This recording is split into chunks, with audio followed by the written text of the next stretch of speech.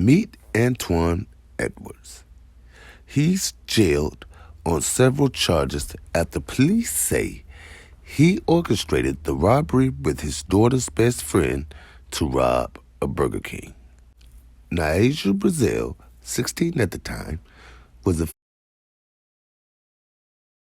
drive-thru. She was fatally shot by a third Burger King worker who was apparently attempting to shoot Edwards during the attempted robbery on January 2nd.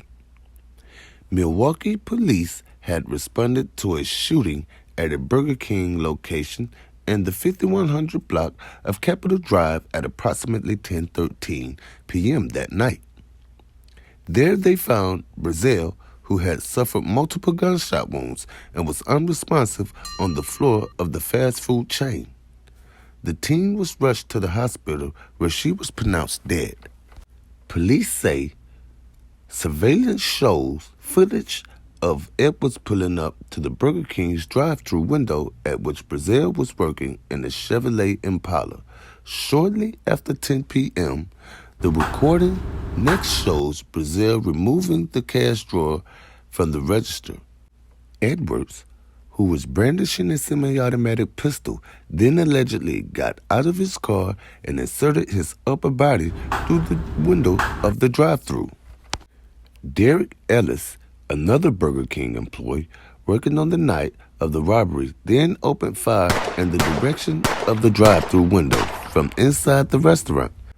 Police said Brazil was caught in the line of fire and struck by several bullets fired by Ellis in Edwards' direction. Subsequent investigations led detectives to suspect Edwards and his daughter had possibly collaborated to stage the robbery, along with Brazil's help. The father and daughter were both arrested and under police questioning, admitting to planning and carrying out the robbery.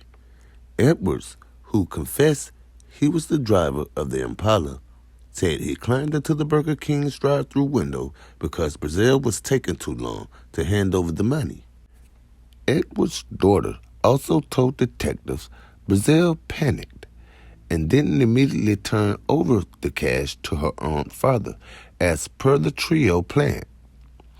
Prior to shots being fired, Edwards' daughter recalled Brazil screaming, "He's got a gun, he's got a gun." She said a few days before the incident, she, Brazil, and the defendant planned for the defendant to come through the drive-thru window and stage a robbery at closing time, when the register was likely to have lots of money.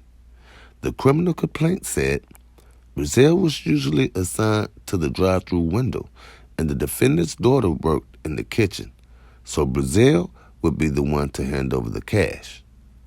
Edwards' teen daughter said the other Burger King employees weren't aware of the robbery. Edwards was charged with felony murder, contributing to the delinquency of a child resulting in death, disorderly conduct, and 2 counts of firearm possession by a convicted felon. According to court records, he was booked into the Milwaukee County Jail on January 15th. Edwards is now being held on a $105,000 bail, according to jail records. The 41-year-old has a probable cause conference scheduled on 26th of January. Edwards has yet to enter a plea deal, but if he's convicted, he faces up to 10 years in prison and a possible $25,000 fine. However, the man Derek Ellis, who fired the shots at Mr. Edwards, had turned himself in on January 18th. Ellis is the former Burger King employee who is facing charges of possession of a firearm by an outstate felon and homicide by negligent handling of a dangerous weapon. The complaint states that evidence was gathered at the scene, including video footage that showed parts of the shooting. In the footage, the shooter appeared to be firing towards an armed suspect at the drive-thru window who was trying to rob the cashier. The footage showed that after the shooting, according to the complaint, a male employee crawled on the floor collecting fired casings. The same male employee then met with the restaurant manager who opened the safe in the office. The male employee then put white objects inside the safe. Police interviewed the store manager. The complaint states the manager identified the male employee as Ellis, whom she has known for years. The manager told police, according to the complaint, that Ellis carries a gun while at work and had it the day prior to the shooting. After the shooting, the manager said that Ellis asked her to hide the gun in the safe because he was a felon and could not possess it. Allegedly, Ellis was convicted of attempted second-degree home invasion in Buren County, Michigan in 2014. Officers found a white .380 caliber pistol inside the safe, the paperwork stated. He awaits a court date.